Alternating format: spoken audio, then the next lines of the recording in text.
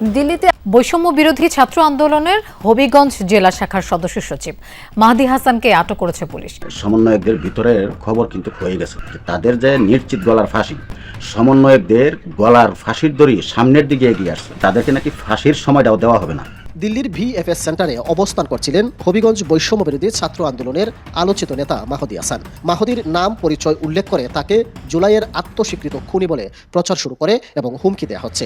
ঢাকা না দিল্লি, ঢাকা ঢাকা স্লোগান দেয়া মাহদি এখন দিল্লিতে অবস্থান করছেন এবং দিল্লিতে তিনি কেন গেলেন তার বেশ কয়েক বছরের বড় বান্ধবী, যার সঙ্গে কন্ট্যাক্ট ম্যারেজ করেছেন 6 মাস আগে, তাকে সাথে নিয়ে গেছেন। সেই ব্যাপারে ভিডিও ভাইরাল হয়েছে। আওয়ামী লীগ না ফিরলে বাঁচবে না বিএনপি। রাজনৈতিক যুক্তিতে আওয়ামী লীগকে মাঠে আনার ক্যালকুলাস পরিষ্কার এবং বড় জোর আর একটা মাত্র মাস, তার মধ্যেই আওয়ামী লীগ নিষেধাজ্ঞা মুক্ত হয়ে রাজনীতিতে ফিরছে দেশে। দর্শক, নতুন একটা নিউজ আপনাকে স্বাগতম। প্রিয় দর্শক, বাংলাদেশের মধ্যে ঘটে যাওয়া বেশ কিছু চলমান ঘটনাবলী থেকে আপনাদের সামনে কয়েকটা গুরুত্বপূর্ণ খবর নিয়ে হাজির হয়েছি, যার কিছুটা অংশবিশেষ ইতিমধ্যেই ভিডিও শুরুতেই দেখেছেন। তো দর্শক, ভিডিওর শুরুটা দেখেই কিন্তু বুঝতে পেরেছেন আজকের নিউজটা ঠিক কতটা গুরুত্বপূর্ণ হতে চলেছে। তাই বলবো, যারা ভিডিওটি অন করেছেন না টেনে সম্পূর্ণ নিউজটি মনোযোগ সহকারে দেখতে থাকুন। দর্শক, আর দেরি না করে চলুন দেখে আসবো আজকে সেই কাঙ্ক্ষিত ভিডিওগুলো। তবে তার আগে বলবো, যারা এখনো চ্যানেলটি সাবস্ক্রাইব করেননি অবশ্যই চ্যানেলটি সাবস্ক্রাইব করে পাশে থাকা বেল আইকনটি ক্লিক করে দিন। আর যারা ইতিমধ্যেই চ্যানেলটি সাবস্ক্রাইব করে রেখেছেন তাদেরকে অসংখ্য ধন্যবাদ। তো চলুন দর্শক, ভিডিওটিতে একটি লাইক দিয়ে আমরা ধারাবাহিকভাবে সবগুলো ভিডিওর আলোচনা দেখে আসি। ঢাকা না দিল্লি, ঢাকা ঢাকা স্লোগান দেয়া মাহদি এখন দিল্লিতে অবস্থান করছেন এবং দিল্লিতে তিনি কেন গেলেন তার উত্তর খুঁজতে গিয়ে যেটা জানা যাচ্ছে, তিনি ইউরোপে পাড়ি জমাতে চাচ্ছেন। অর্থাৎ বাংলাদেশে তার পক্ষের সরকার যেহেতু আসেনি, সেহেতু তিনি নিরাপদ মনে করছেন না বাংলাদেশকে। ইউরোপে পাড়ি জমানোর জন্য দিল্লিতে গেছেন ইউরোপীয় একটা দেশের যে হাইকমিশন, সেখানে সাক্ষাৎকার দিতে, এবং সেখানে যাওয়ার ব্যাপারে একটা ভিডিও সামাজিক যোগাযোগ মাধ্যমে ভাইরাল হয়েছে। পরবর্তীতে জানা গেল যে ভিডিওটা সত্য। এই ভিডিওটা ভাইরাল হওয়ার প্রেক্ষাপটে আরও একটা ভিডিও ভাইরাল হয়েছে এবং গণমাধ্যম যেটা বলছে সেটা হচ্ছে যে দিল্লিতে থেকে তিনি গণমাধ্যমের সঙ্গে কথা বলেছেন এবং তিনি নিজের জীবন শঙ্কার মধ্যে আছেন। রাগ অনেকের থাকতে পারে, আওয়ামীপন্থী অনেকেরই রাগ থাকতে পারে, কিন্তু আমরা অন্তত এই প্রতিশোধ পরায়ণতা কিংবা প্রতিশোধ স্পৃহা এই ব্যাপারগুলোকে সমর্থন করতে চাই না। চলুন, দিল্লিতে কি হচ্ছে, কেন মাহাদি দিল্লি গেলেন, ঢাকা না দিল্লি, দিল্লি ঢাকা ঢাকা এই স্লোগান দেয়া মাহাদিরা দিল্লিতে কেন যাবেন, প্রয়োজনে ইউরোপে যাবেন না, তবুও দিল্লিতে কেন যাবেন, সেই প্রশ্নের উত্তর খুঁজি। সাথে তার কি প্রকাশ হয়ে গেল, তার অনেক বেশ কয়েক বছরের বড় বান্ধবী, যার সঙ্গে কন্ট্যাক্ট ম্যারেজ করেছেন 6 মাস আগে, তাকে সাথে নিয়ে গেছেন। সেই ব্যাপারে ভিডিও ভাইরাল হয়েছে, তার পাসপোর্ট ভাইরাল হয়ে গেছে। সেই ব্যাপারগুলো একটু আলোচনা করে দেখি গণমাধ্যম কি বলছে। এই যে ভিডিওটা ভাইরাল হলো, সেই ভিডিওতে দেখা যাচ্ছে যে দিল্লিতে একটা জায়গায় তিনি বসে আছেন, অপেক্ষা করছেন একটা দূতাবাসে ভাইবা দেওয়ার জন্য, এবং ভিডিওটা যে দিল্লির সেটা তিনি নিজে স্বীকারও করেছেন গণমাধ্যমে। ইন্টারেস্টিংলি আরেকটা ভিডিও ভাইরাল হয়েছে, সেখানে দেখা যাচ্ছে যে তার কন্ট্যাক্ট বউ, মানে বাংলাদেশে কন্ট্যাক্ট ম্যারেজ করা যায় এটাও একটা হাস্যকর ব্যাপার। তার কন্ট্যাক্টে বিয়ে করা বউ, যিনি তার চাইতে বয়সে বেশ 7-8 বছরের বড় বলে প্রচার হচ্ছে, এবং তাকে সহ নিয়ে গেছে। তার একটা ছোট্ট সাক্ষাৎকারের ভিডিও সামাজিক যোগাযোগ মাধ্যমে ছড়িয়ে পড়েছে, সেটাও একটু দেখে নিন। মেয়েদের কি হয় আপনি? হাজব্যান্ড ওয়াইফ, এটাই তো সত্যি কন্ট্যাক্ট ম্যারেজ করেছেন? এই যে ভিডিওগুলো ছড়িয়ে পড়লো, সাথে মাহাদিকে কেন্দ্র করে বিভিন্ন ফটোকার্ড, তার পাসপোর্ট, এগুলোও ছড়িয়ে পড়েছে। তার পাসপোর্টের কপি যেটা ছড়িয়ে পড়েছে, আমি জানি না সত্য মিথ্যা, সেটা একটু দেখে নিতে পারেন আপনারা। সেই পাসপোর্টের পরে আপনারা একটা ফটোকার্ড দেখে নিতে পারেন, যে ফটোকার্ডটা ব্যাপকভাবে প্রচার করা হচ্ছে। সম্ভবত আওয়ামী অ্যাক্টিভিস্টরা এই ফটোকার্ড প্রচার করছে। এসআই সন্তোষের ছবি এবং মাহাদি আমিনের ছবি লাল বৃত্ত দিয়ে এখানে লেখা, এসআই সন্তোষ হত্যাকারী, বানিয়াচং থানা পুড়িয়ে দেওয়া, জুলাই জঙ্গি মাহাদি ভারতে পালাচ্ছে, প্রশাসনের দৃষ্টি আকর্ষণ করছে। মানে আওয়ামী অ্যাক্টিভিস্টরা তাকে জঙ্গি হিসেবে, সন্ত্রাসী হিসেবে আখ্যা দিচ্ছে। কিন্তু গণমাধ্যম কি বলছে? গণমাধ্যম বলছে তার উপরে প্রতিশোধ নেওয়ার প্রক্রিয়া চলছে। আমরা কোনোভাবেই সেই প্রক্রিয়াকে সমর্থন করতে পারি না। যে যত বড় অপরাধী আপনার দৃষ্টিতে হন না কেন, তিনি যদি সত্যিই অপরাধী হন, তাহলে আইনের মাধ্যমে তার বিচার হবে, কিন্তু কোনোভাবেই তার উপরে প্রতিশোধ নেওয়ার ব্যাপারটা, বাংলাদেশে যে প্রতিশোধ এবং হিংসার রাজনীতি শুরু হয়েছে এবং প্রফেসর ইউনূসের সরকার এটা শুরু করেছেন, সেই প্রক্রিয়াকে কোনোভাবেই সমর্থন করা যায় না। গণমাধ্যম জাগো নিউজ 24 24 কি বলছে দেখুন। জাগো নিউজ বলছে, দিল্লি ভিএফএস সেন্টার থেকে মাহাদির ভিডিও ধারণ করে ফেসবুকে পোস্ট, হুমকি। সেখানে দুইটা পোস্টও দেওয়া হয়েছে। এই ব্যাপারে তারা বলছে যে বৈষম্যবিরোধী ছাত্র আন্দোলনের হবিগঞ্জ জেলা শাখার সদস্য সচিব মাহাদি হাসান বর্তমানে ভারতের দিল্লিতে অবস্থান করছেন। গতকালকে দুপুরে সেখানে তার অজ্ঞাতে ভিডিও ধারণ করে সামাজিক যোগাযোগ মাধ্যমে পোস্ট করা হয়েছে। ভারতের ক্ষমতাসীন দল বিজেপি এবং পলাতক আওয়ামী লীগের সংশ্লিষ্ট বিভিন্ন অ্যাকাউন্ট থেকে এগুলো প্রচার করা হচ্ছে। এসব পোস্টে মাহাদির নাম উল্লেখ করে তাকে জুলাইয়ের আত্মস্বীকৃত খুনি বলে প্রচার করা হচ্ছে এবং একই সঙ্গে হুমকি দেওয়া হচ্ছে। একই সঙ্গে তার মোবাইলেও হুমকি আসছে বলে তিনি ঢাকাভিত্তিক ডিজিটাল অনুসন্ধান সংবাদ মাধ্যম দ্য ডিসেন্টকে জানিয়েছেন। মাহাদি হাসান দ্য ডিসেন্টকে জানিয়েছেন তিনি ফিনল্যান্ডে যাওয়ার জন্য ভিসা সংক্রান্ত কাজে দিল্লির ভিএফএস সেন্টারে গিয়েছিলেন। সেখান থেকে মঙ্গলবার দুপুর 1টার দিকে বের হয়ে হোটেলে আসার পর তার মোবাইলে বিভিন্ন অপরিচিত নম্বর থেকে মেসেজ এবং কল আসতে থাকে। এসব কল ও মেসেজ থেকে তিনি বুঝতে পারেন কেউ তার অজান্তে তার বর্তমান অবস্থান, মোবাইল নম্বর, অন্যান্য ব্যক্তিগত তথ্য সামাজিক যোগাযোগ মাধ্যমে পোস্ট করেছে। দ্য ডিসেন্ট ফেসবুক ও এক্সে সার্চ করে মাহাদিকে নিয়ে শতাধিক পোস্ট পেয়েছে। বেশিরভাগ পোস্টেই একটি ভিডিও যুক্ত করা হয়েছে যেখানে দেখা যাচ্ছে মাহাদি একটি চেয়ারে বসে আছেন। ভিডিওটি মাহাদির পেছনে থাকা কেউ ধারণ করেছে, যেটা আপনাদেরকে দেখালাম। মাহাদি জানান দৃশ্যটি মঙ্গলবার দুপুরে ধারণ করা, যখন তিনি দিল্লিতে ভিএসএফ সেন্টারে গিয়েছিলেন ভিসা সংক্রান্ত কাগজপত্র জমা দিতে। তবে তিনি জানেন না কে বা কারা ভিডিও ধারণ করেছে। মাহাদি বলেন তিনি হোটেলে ফেরার পর এসব দেখে নিরাপত্তাহীনতায় ভুগছেন। আমি খুব ভয়ে আছি, কে বা কারা আমাকে অনুসরণ করছে, আমি কিছু বুঝতে পারছি না। হোটেলে ফেরার পর আমি বের হইনি, কয়েকবার দরজায় কড়া নাড়া হয়েছে, আমি খুলিনি। তিনি বলেছেন ইতিমধ্যে দিল্লিতে বাংলাদেশ হাইকমিশনকে জানানো হয়েছে। দিল্লিতে বাংলাদেশের হাইকমিশনার রিয়াজ হামিদুল্লাহকে ডিসেন্টের পক্ষ থেকে ফোন করা হলে তিনি বলেন মিটিংয়ে আছি, পরে কথা বলবো। এদিকে দুপুরের পর থেকে ফেসবুক ও এক্সের বহু অ্যাকাউন্টে ভিডিওটি যুক্ত করা হয়। বিভিন্ন ফেসবুক পেজের নামও দেওয়া হয়েছে। এই ব্যাপারটা প্রকাশ করা হচ্ছে এবং অনেক বড় রিপোর্ট করা হয়েছে। মানে এই ব্যাপারটা মাহাদি দিল্লিতে গেছেন, এটা মানে টক অফ দ্য কান্ট্রি হয়ে গেছে, টক অফ দ্য ওয়ার্ল্ড হয়ে গেছে এবং এটা নিয়ে ব্যাপক প্রচারণা চলছে এবং দিল্লিতে তাকে যেখানে পাওয়া যাবে সেখানেই ধরা হবে, এরকম প্রচারণা চলছে। আমরা প্রত্যাশা করব কোনো ধরনের সহিংস ঘটনা না ঘটুক দেশের বাইরে। দেশের নাগরিককে কেন্দ্র করে দিল্লিতে এবং কলকাতায় আওয়ামী লীগের অনেক নেতাকর্মী রয়েছেন। ভারতের বিজেপি সরকারের বিরুদ্ধে বাংলাদেশের এই জুলাই যোদ্ধারা যাচ্ছে তাই ন্যাক্কারজনক কর্মকাণ্ড করেছে। সেখানে বিজেপির সমর্থকরাও ক্ষেপে থাকতে পারে, সুতরাং মানে তার নিরাপত্তাহীনতা তৈরি হতেই পারে। আমরা প্রত্যাশা করব অনাকাঙ্ক্ষিত কোনো কিছু না ঘটুক। তবে মাহাদি যদি সত্যি এসআই সন্তোষকে পুড়িয়ে মেরে থাকেন তাহলে তার যেন আইনের মাধ্যমে, প্রফেসর ইউনূস সরকার তো আর নাই, এখন যেন নির্বাচিত সরকারের আমলে তার আইনের মাধ্যমে বিচার প্রক্রিয়াটা সম্পন্ন হয়। আওয়ামী লীগ না ফিরলে বাঁচবে না বিএনপি, মানে বাঁচবে না মানে মরে যাবে। মরে যাওয়ার কথা উঠলে প্রশ্ন আসে কে মারবে, কেন মারবে, কিভাবে মারবে, এবং অবধারিতভাবে পরের প্রশ্নটি আসে এই প্রবল আক্রমণ থেকে বাঁচার পথ হিসেবে কোন কোন রাস্তা খোলা আছে বিএনপির সামনে। আওয়ামী লীগের ওপর আনুষ্ঠানিক নিষেধাজ্ঞা এখনও আইনি ও প্রশাসনিকভাবে বহাল আছে। 2025 সালের মে মাসে অন্তর্বর্তী সরকার শেখ হাসিনার আমলের সন্ত্রাস বিরোধী আইন ও সংশোধিত অর্ডিন্যান্সের আওতায় আওয়ামী লীগ ও তার অঙ্গ সংগঠনের সব রাজনৈতিক কার্যক্রম নিষিদ্ধ করে দেয়। এরপর নির্বাচন কমিশন আবার দলটির রেজিস্ট্রেশন স্থগিত বা বাতিল করে। ফলে 2026 সালের ফেব্রুয়ারির সংসদ নির্বাচনে আওয়ামী লীগ অংশ নিতে পারেনি।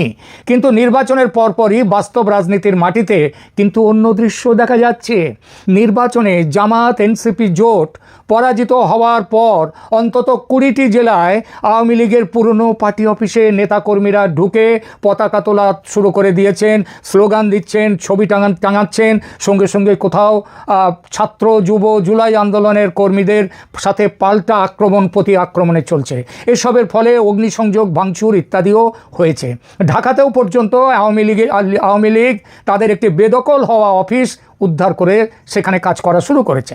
পঞ্চগড়ে এক ইউনিয়ন পর্যায়ের আওয়ামী লীগ অফিস পুনরায় খোলার ঘটনায় স্থানীয় বিএনপি নেতাকে সামনে দাঁড়িয়ে সমর্থন দিতেও দেখা গেছে।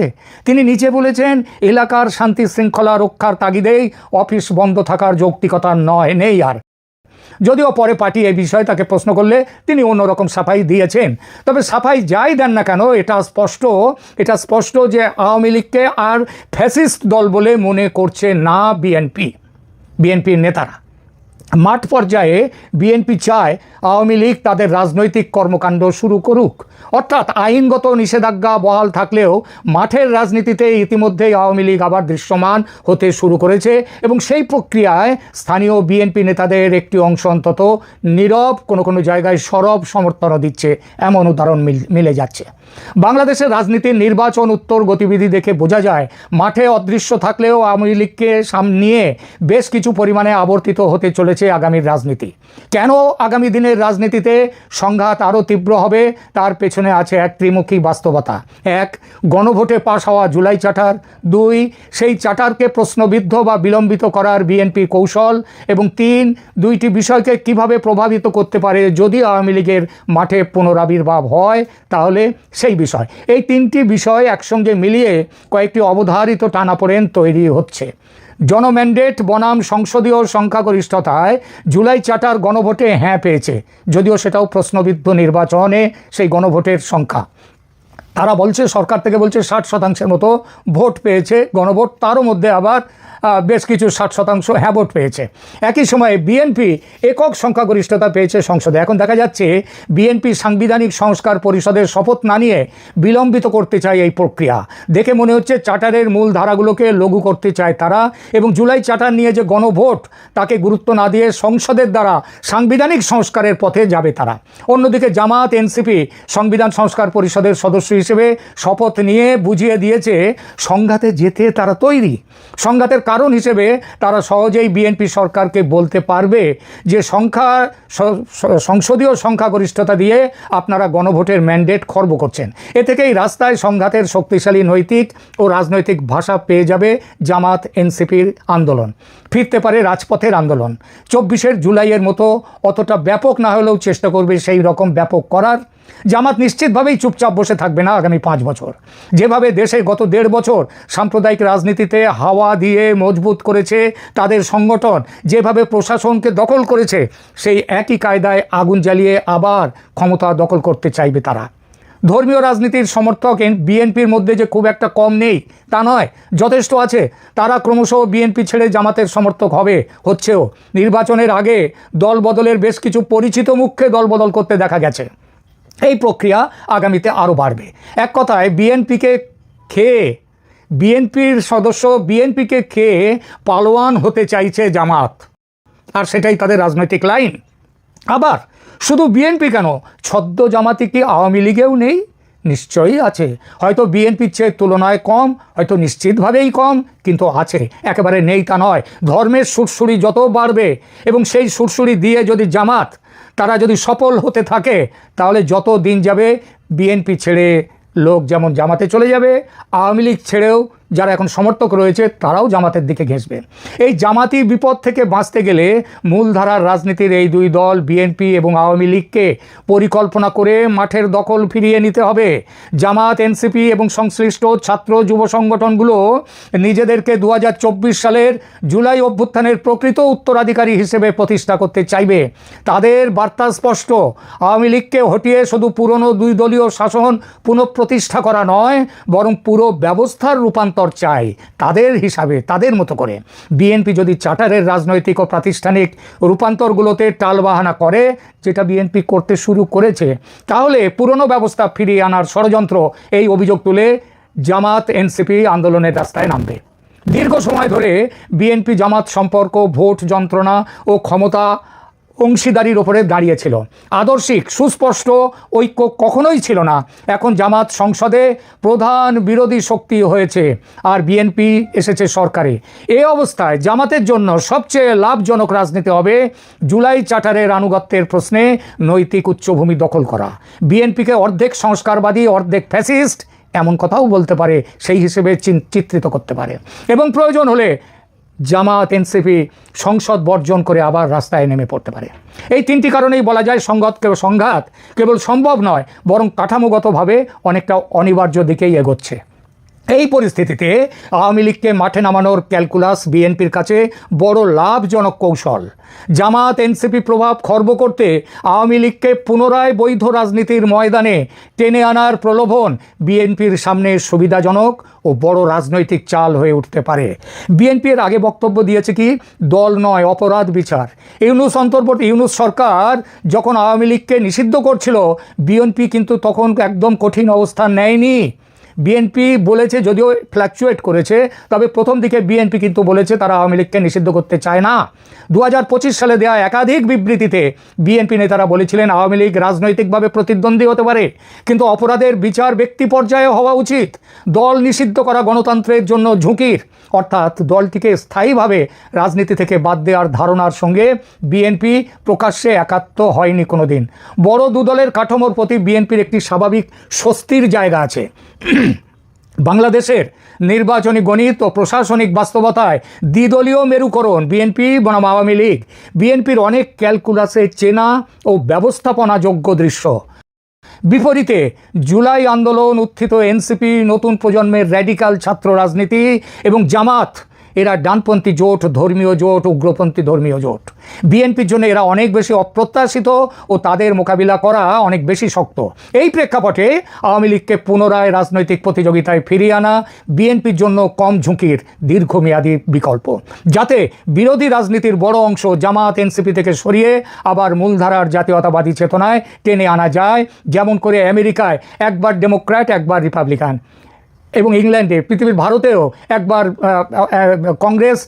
কংগ্রেস একবার আবার আসছে বিজেপি। ঠিক এইভাবে একটা দুটি মেরুর রাজনীতি এখানে থাকবে। নির্বাচনের পরপরই কয়েকটি জেলায় যেভাবে নিষিদ্ধ আওয়ামী লীগ অফিস পুনরায় খোলার ঘটনায় স্থানীয় বিএনপি নেতাদের শান্তির স্বার্থে অফিস খোলা থাকুক, এই ধরনের ভূমিকা দেখা গেছে, তা অন্তত একটা বার্তা দেয় যে শীর্ষ পর্যায়ে না হলেও উপজেলা, ইউনিয়ন স্তরে বিএনপি আওয়ামী সম্পর্ক ইতিমধ্যে শত্রুতা থেকে সহাবস্থানের দিকে সরে এসেছে। জামাত এনসিপি কর্মীদের হাতে আওয়ামী অফিসে হামলা, অগ্নিসংযোগের ঘটনাকে কেন্দ্র করে স্থানীয় বিএনপি নেতারা কিছু জায়গায় আওয়ামী লীগ সহানুভূতির জায়গা দিচ্ছেন। এটাও জামাত বিরোধী ব্লকের একটি প্রাথমিক সিগন্যাল যে একটা ব্লক তৈরি হতে যাচ্ছে। রাজনৈতিক যুক্তিতে আওয়ামী লীগকে মাঠে আনার ক্যালকুলাস পরিষ্কার, এবং বাস্তবে তা খুব একটা কঠিনও নয়। নিষেধাজ্ঞা এসেছে সন্ত্রাস বিরোধী আইন ও আন্তর্জাতিক অপরাধ ট্রাইব্যুনালের বিচার প্রক্রিয়ার সঙ্গে যুক্ত করে। এই সন্ত্রাস বিরোধী আইনের বিরোধী ছিল কিন্তু এই আজ যারা ওই আইনকে ব্যবহার করে ট্রাইব্যুনালে নিয়ে এসেছে শেখ হাসিনাকে, তারা কিন্তু সন্ত্রাস বিরোধী আইনের বিরোধী ছিল। তো এই ট্রাইব্যুনালের বিচার প্রক্রিয়ার সঙ্গে যুক্ত করাটা কিন্তু ওই আন্তর্জাতিক অপরাধ ট্রাইব্যুনালে আইনে অর্ডিন্যান্স করে সেটা করেছে। নির্বাচন কমিশনও দলটির রেজিস্ট্রেশন স্থগিত করেছে, যা পুনর্বহালের জন্য সুস্পষ্ট একটি আইনগত প্রক্রিয়া নয়, কিন্তু এই সমস্যা দূর করা আদৌ কঠিন নয়। আগামী 1 মাসের মধ্যে রাষ্ট্রপতির জারি করা ট্রাইব্যুনাল অর্ডিন্যান্স সংসদ পাশ না করলে ট্রাইব্যুনালের অস্তিত্ব শেষ। ট্রাইব্যুনালের আরোপিত দণ্ড ও শাস্তি বাতিল করা কিংবা হাইকোর্টে বা সুপ্রিম কোর্টে পুনর্বিচার হওয়া, এটাই হতে পারে বড় জোর। সেখানে দলের বিরুদ্ধে গাজোয়ারি মামলা যেটা করেছিলেন মোহাম্মদ ইউনূস, সেটা হবে না। মামলা হতে পারে ব্যক্তি বিশেষের বিরুদ্ধে। ফলে দলের ওপর নিষেধাজ্ঞা তুলে নেওয়ার জন্য একটি ছোট্ট নির্বাহী আদেশ জারি করাটাই এখন ব্যাপার, তার বেশি নয়। রাজনৈতিক বিশ্লেষকদের একটা বড় অংশের তাই অনুমান, বড় জোর আর একটা মাত্র মাস, তার মধ্যেই আওয়ামী লীগ নিষেধাজ্ঞা মুক্ত হয়ে রাজনীতিতে ফিরছে দেশে।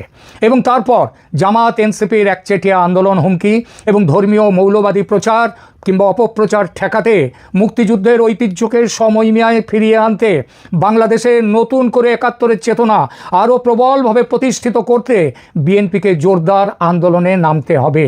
সেই আন্দোলনে বিএনপির সঙ্গে অবশ্যই জোট বেঁধে নয়, তবে সমান্তরালভাবে মাঠে থাকবে আওয়ামী লীগ। বড় জোর 1 মাস সময় লাগবে, আর তার বেশি নয়।